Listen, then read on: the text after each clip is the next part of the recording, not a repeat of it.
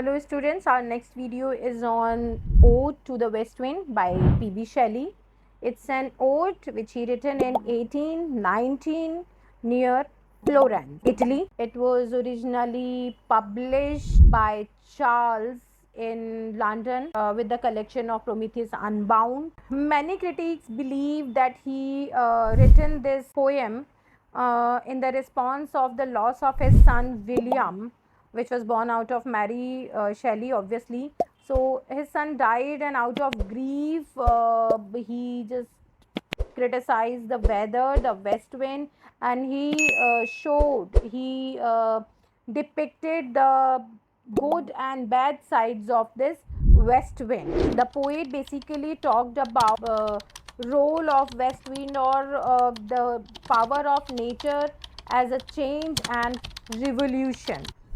In Italian form or in a Greek tradition, if I say, then ode is basically considered as a formal public invocation.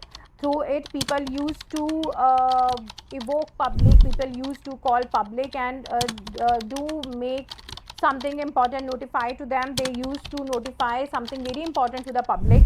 He is also trying to do that. It is usually a poem with a very complex structure, and talked about the various form of a wind, various powers of a wind. He called it destructive, he called it something which helps in the cultivation, or so he basically he basically has described the three phases of this west wind here.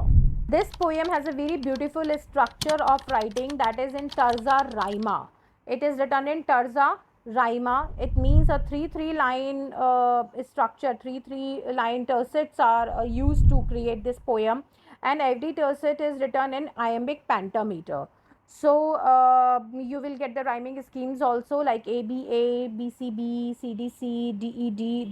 This is the continuous form of the rhyming scheme, and the end of this couplet, the last couplet is EE. Okay, like a traditional ode, this poem also have 3 sections which describe the effects of this west wind on the earth, air, and ocean both. In the rhyming couplet, the poem ends with a very optimistic approach that every season is very important, so as the west wind also very important for the life on earth. Let's come to the description of west wind. It's a very important poem. He called west wind a very powerful one. The form of the apostrophe make the wind in a personification, like he depicted the poem in a very personified way. He personified it and said that how it is preserving, how it is destructing, or something. So in the first section, he shows a very optimistic phase of this wind, and he says that it is associated with autumn. He called it in the first section as destroyer, because west wind is a companion with or associated with autumn. So autumn represents decay.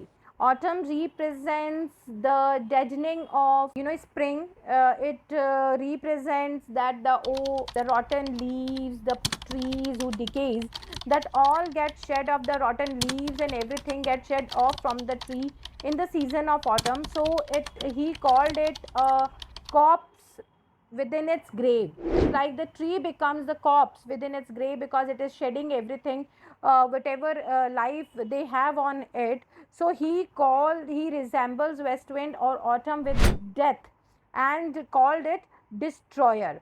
It again called it in the second stanza, he called it at preserver, because once the dead leaves are out of the tree, then only there is a capability, or there is a chances of coming of the new leaves here.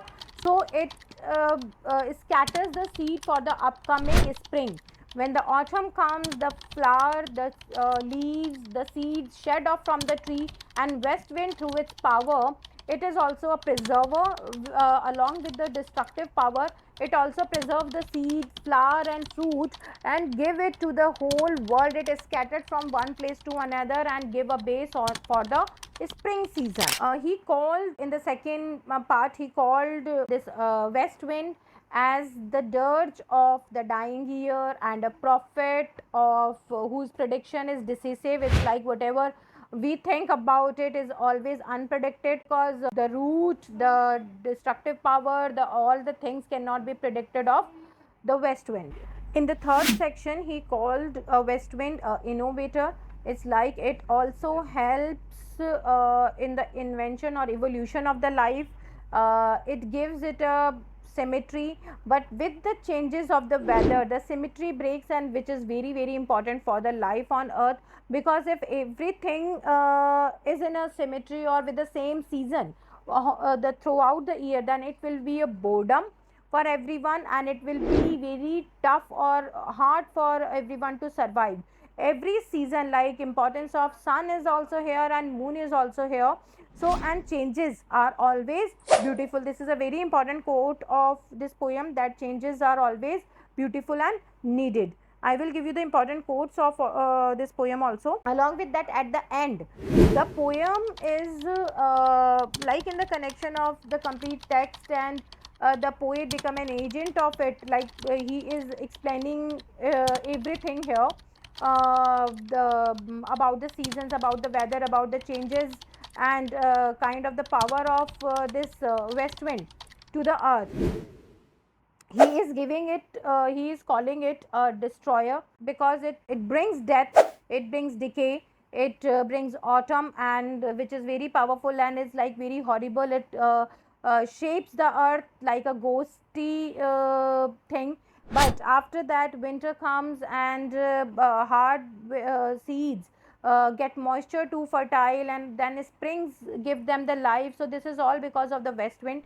So he called west wind a destroyer first, then a preserver, because it scatters the seeds everywhere with the powerful winds, and at the end it also brings a spring to that which gives life. The evolution of life is also here. Ultimately, he is giving a very positive note, that drive my dead thoughts over the universe like withered leaves to a quicken new birth.